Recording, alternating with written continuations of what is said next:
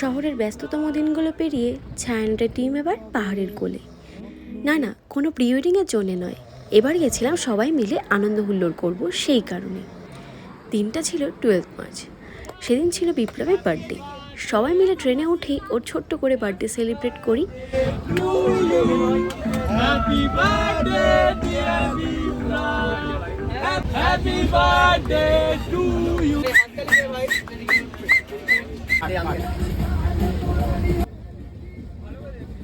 তবে এবার কিন্তু আমাদের সাথে রয়েছে ছায়ানটের ছোট্ট ক্ষুদে সদস্য পুতুল। যেহেতু আমাদের বগিটা আলাদা ছিল, তো সেই কারণে খাওয়া দাওয়া কমপ্লিট করে সবাইকে টাটা জানিয়ে আমরা কিন্তু সেখান থেকে বেরিয়ে পড়ি।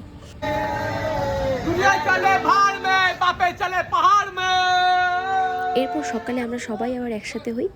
ব্রেকফাস্ট করে আমরা কিন্তু সেখান থেকে গাড়িতে করে বেরিয়ে পড়ি। সেদিন সকালে স্টেশনের একটা হোটেল থেকেই আমাদের ব্রেকফাস্টটা সেরেছিলাম। দুটো গাড়ি ছিল টোটাল, আমরাই ছিলাম একটা গাড়িতে আর বাকিরা ছিল আরেকটা গাড়িতে। যদিও এখানে ছায়ানটের অনেক মেম্বাররাই আসতে পারেনি তাদের নানান কারণে, কি আর করার। আর এই যে দেখো পুতুলের কিন্তু এটা প্রথম পাহাড় দেখা হবে। যদি আমাদের কেউ প্রশ্ন করে যে তোমাদের পাহাড় না সমুদ্র ভালো লাগে, নির্দ্বিধায় আমরা বলে দেব যে আমাদের পাহাড় ভালো লাগে।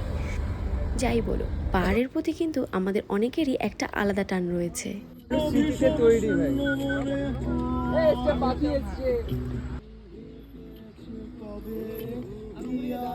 এই যে জায়গাটা দেখতে পাচ্ছ, এটা হচ্ছে কার্শিয়াংয়ের ভিউ পয়েন্ট। এখানে কিছুক্ষণ দাঁড়িয়ে আমরা সবাই মিলে ফটো তুলছিলাম।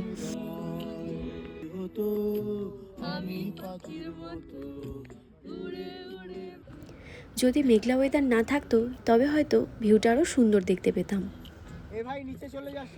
এই যে আমরা সবাই এতবার প্রি ওয়েডিংয়ের জন্য পাহাড়ের কোলে এসেছি, তবুও কিন্তু আমাদের পাহাড়ের প্রতি কোনো বোরিংনেস নেই।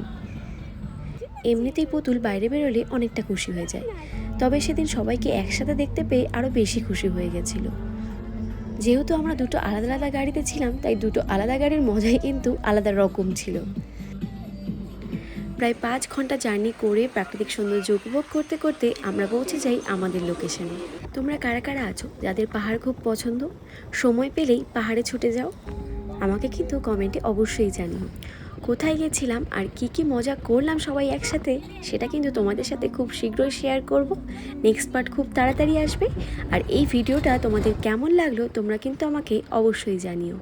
দেখা হবে নেক্সট কোনো ভিডিওতে। Till then, tata.